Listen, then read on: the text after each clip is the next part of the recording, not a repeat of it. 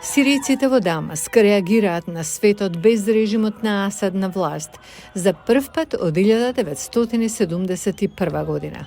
It's impossible not to be moved by the scenes of jubilation, the scenes of relief coming out of Syria. Невозможно е да не ве трогнат сцените на радост, сцените на олеснување кои излегуваат од Сирија.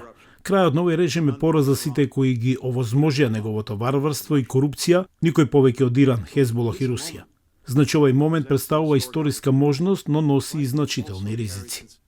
Ризици што американските сили имаа за цел да ги ублажат оваа недела, погодувајќи 75 цели на исламската држава во централна Сирија со борбени авиони, бомбардери Б-52 и борбени авиони А-10.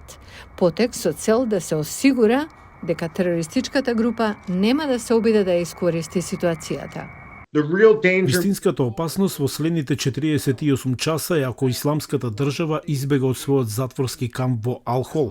Тогаш би можеле да имате илјадници милитанти, илјадници екстремисти кои се шират не само низ Сирија и Блискиот Исток, туку и во Турција и Европа.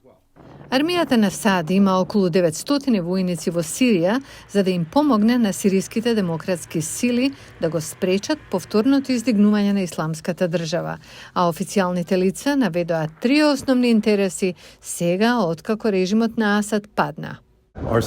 Нашите војници и персонал се заштитени. Сакаме да бидеме сигурни дека нашите сојузници се безбедни и сигурни. Сакаме да се погрижиме да нема хуманитарна катастрофа. Соборениот председател побегна во Москва.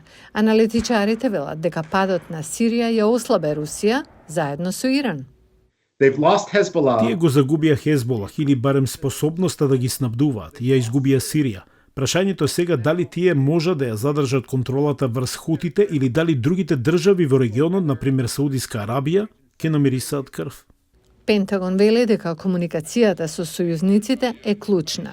Американскиот секретар за одбрана Лојд Остин разговараше со својот турски колега за тековните случувања во Сирија. Командантот на Центком, генерал Ерик Курила, е во регионот. Тој се состана со јорданските сојузници за да разговара за Сирија и според официјални лица планира да разговара со други регионални сојузници во наредни денови.